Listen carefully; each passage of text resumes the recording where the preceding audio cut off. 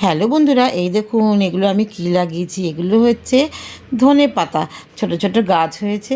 আমি কিছু দু একটা তুলে নিলাম গার্নিশিংয়ের জন্য। ধনেপাতার আজকে চাটনি বানিয়েছি।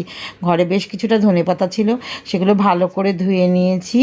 আর সঙ্গে নিয়েছি দুটো কাঁচা লঙ্কা আর পাতিলেবু। পাতিলেবু সম্পূর্ণটা লাগবে না, অর্ধেক লেবুর রস করে নেব।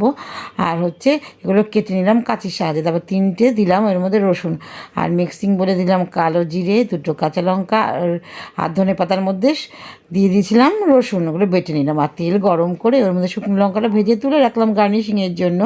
আর ধনেপাতাটা দিয়ে ভালো করে একটু নেড়েচেড়ে লবণ আর বিট নুন আর হচ্ছে একটু চিনি দিয়ে নেড়েছিলাম। চিনি দিলাম হচ্ছে চাটনি, একটু লেবুর রস দিলাম।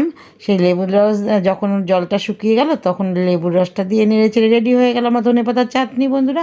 আর এটা কিন্তু খেতে দুর্দান্ত ভালো লাগে, গরম ভাতে বেশ জমে যাবে। আপনারা একবার ট্রাই করে দেখতে পারেন।